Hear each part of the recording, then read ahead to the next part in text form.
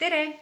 Mina olen Kaia ja tänane video on meil inspireeritud ühest koolitusest, kus ma käisin. Nimelt doktor Oivi Uibo, kes on siis Tartu Ülikooli lastekliinikust. Tema koolitus teemal imikute toitmine ja põhilised vead siis, mis tehakse sellega seoses. Ja toon teile mõned siuksed nopped sellest koolitusest. Kui kellelgi on võimalik seda edaspidi kuskil kuulata, siis soovitan väga, et see on selline info, mida tegelikult kõik lapsevanemad võiksid teada, enne kui nad üldse on otsustanud lapsevanemaks saada. Nii, ja siis lubatud nopped. Et esimesed 6 kuud on ikkagi lapse parim toit rinnapiim. Et kellelgi vähegi võimalik on, siis see on tõesti lapsele parim toit. Ja kui on aga nüüd niimoodi, et kõigil ei ole piisavalt piima või on mingid haigused, mille pärast ei saa anda piima, siis alates 17. elukuust on lubatud anda ka lisatoitu. Aga mitte varem, sellepärast, et varem ei ole lihtsalt lapse seedetrakt ja lapse peensool ei ole valmis selleks lisatoiduks. Et nad alles arenevad välja ja siis alates 17. nädalast on siis okei hakata andma. Aga kui rinnapiima on piisavalt, siis ei ole mitte mingit põhjust anda, ütleme enne kui siis 22 kuni 26 elunädalat, et siis võiks alustada. Muidugi see sõltub ka sellest, kuidas iga laps on, et siin ei saa nagu panna siukest, et nii on. Siis lisatoiduga alustamisest. Kõigepealt laps peaks olema sellel hetkel täiesti puhanud, terve, hea tujuga ja see võiks olla ennelõunasel ajal. Alustada kindlasti ainult ühest köögiviljast korraga. Just köögiviljapüree, mitte mingi maguspüree, sellepärast et kui sa annad puuviljapüreed, siis pärast köögiviljapüreele üle minna on äärmiselt raske, sest lapsele muidugi meeldib see magus maitse tunduvalt rohkem kui köögiviljapüree maitse. Ja anda alguses ainult väikesed kogused, et alustadagi näiteks poolest teelusikatäiest korraga ja siis tasapisi võib hakata seda suurendama 1 kord päevas siis alguses. Ja see prooviperiood võiks olla 3 kuni 7 päeva, kuni sa annad ühte asja ainult. Ja siis hakkad andma uut asja. Näiteks alustad kõrvitsaga, siis järgmiseks võtad lillkapsa. Ja siis sa juba omavahel need asjad, mis on niimoodi paar päeva, 3 kuni 7 päeva siis proovitud, et siis neid saad hakata ka omavahel segama kokku. Ja ka 6 kuu vanuselt hakatakse andma liha juurde. Liha on väga oluline rauaallikana. Ja liha puhul on siis see, et just punane tailiha võiks olla see, mis annab kõige paremini rauda. Et näiteks kanaliha, seda võib ka anda näiteks korra nädalas, aga punane tailiha on ikkagi see, mis kõige paremini annab meile rauda. Siis kui on hakatud andma köögiviljapüreid juba, siis võib anda ka putru üks hetk. Putrudel on samamoodi, et alustada ühest komponendist korraga.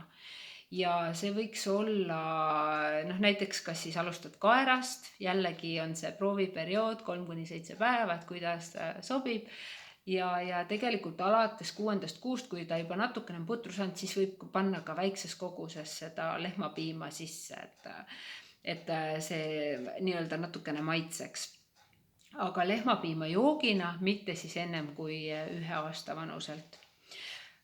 Nüüd hästi levinud on ka need gluteeni ja laktoosi talumatus tänapäeval.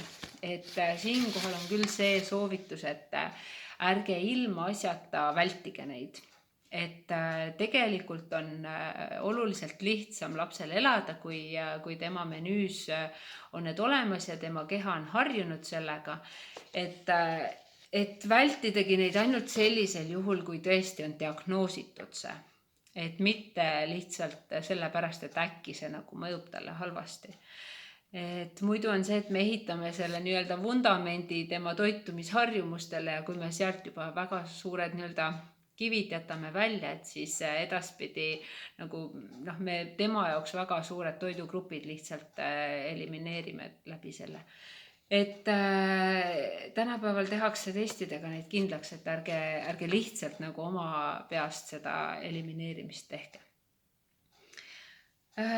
Siis söömisest veel nii palju, et söömine peab olema lapsele positiivne kogemus. Ehk siis õhkkond on rahulik ja rõõmus. Lapsele ei tohi mitte mingil juhul toitu toppida või teda kuidagi sundima sööma, et see on kõik see, mis võib talle tekitada sellised nii-öelda negatiivsed ankrud ja läbi selle tema söömisharjumus võib muutuda palju halvemaks. Ja see võib ka kaaluiibele siis lõpuks halvasti mõjuda. Ja sellest pärast lahti saada on väga keeruline. Siis mida veel peab kindlasti teadma on see, et poepüreedes ei ole tegelikult piisavalt liha lapse jaoks. Ja üldse taimetoit ei ole ka see koht nagu ei ole nagu beebi jaoks õige toitumine, et taimetoit võib olla täiskasvanud inimestele väga hea valik, aga beebidele peaks ikkagi andma liha. Ja kahjuks purgipüreedes neid piisavalt ei ole, nii et kui kasutada purgitoitu ka vahel, mitte midagi hullu ei juhtu, aga et liha peaks lapsele andma rohkem.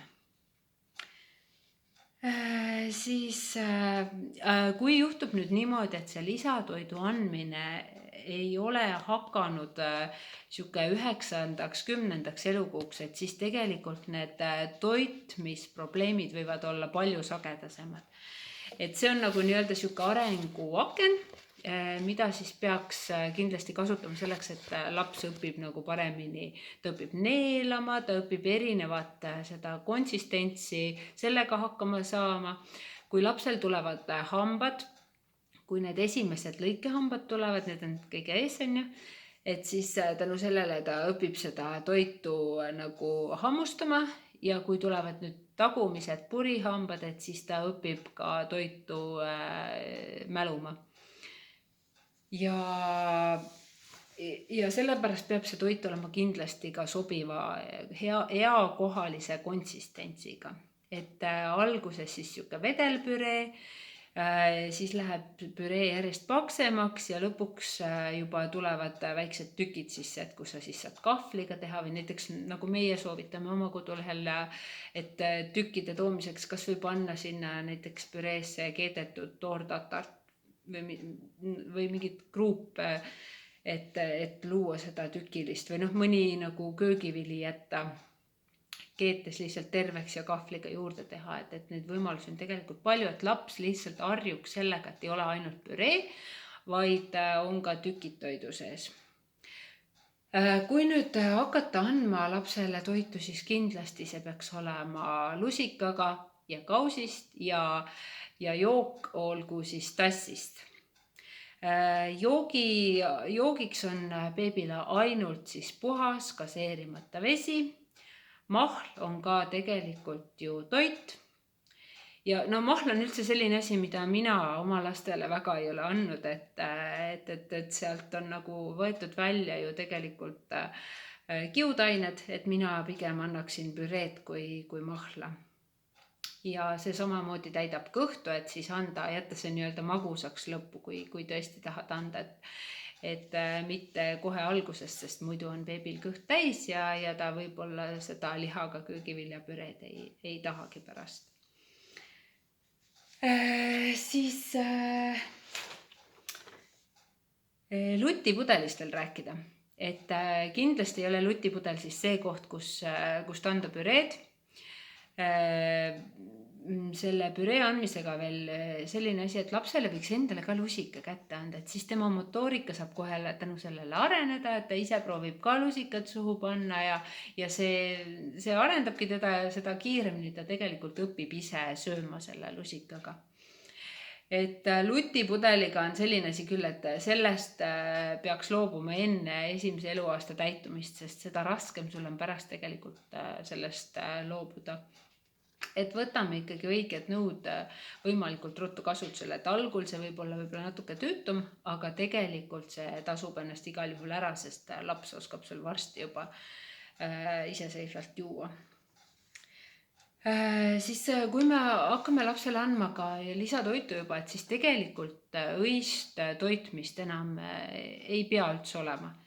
Et see on nüüd, ma tean, et see on lapsevanema mugavus, et kui laps öösel ärkab ja karjub, et siis hästi lihtne on anda ju talle tegelikult piima ja ta jääb uuesti magama, aga tegelikult see on kõik harjumuse asi ja see on ka mõistlik tegelikult mugav, kokkuvõttes on mugavam see, et sa harjutad selle välja, sellepärast, et nii on tal hommikul kohe palju parem isu, ta sööb sul näiteks hommikuputru päris väga, väga hea meelega ja kokkuvõttes, kui ta harjub ära, siis ta magab ilusti terve öö sul. Siis sai, piim ja magus kohupiimakreem ei ole sobilikud toidud lastele.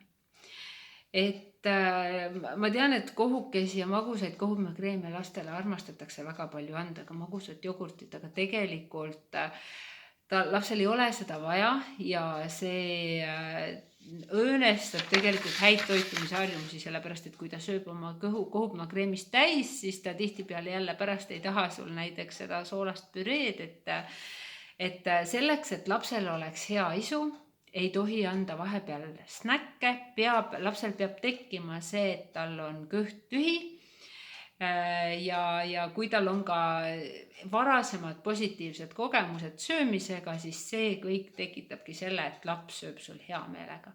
Et kui on niimoodi, et laps millegipärast ei taha väga süüa, siis vaata üle need toitumisharjumused, mis on. Et head toitumisharjumused on aluseks sellele, et lapsel tekiks isu. Vist saigi meil suures järgus nüüd põhilised asjad läbi käia. Kui on lapsel veel probleeme, näiteks ütleme, tal on kõht kinni, tal on kõht lahti, ta oksendab, siis sellisel juhul alati on mõistlik pöörduda arstile. Et seal võivad olla juba mingisugused tervislikud vead ja sinna on kindlasti vaja arstipoolset sekkumist. Aga tänaseks ongi kõik. Suur aitäh teile kuulamast ja suhtleme.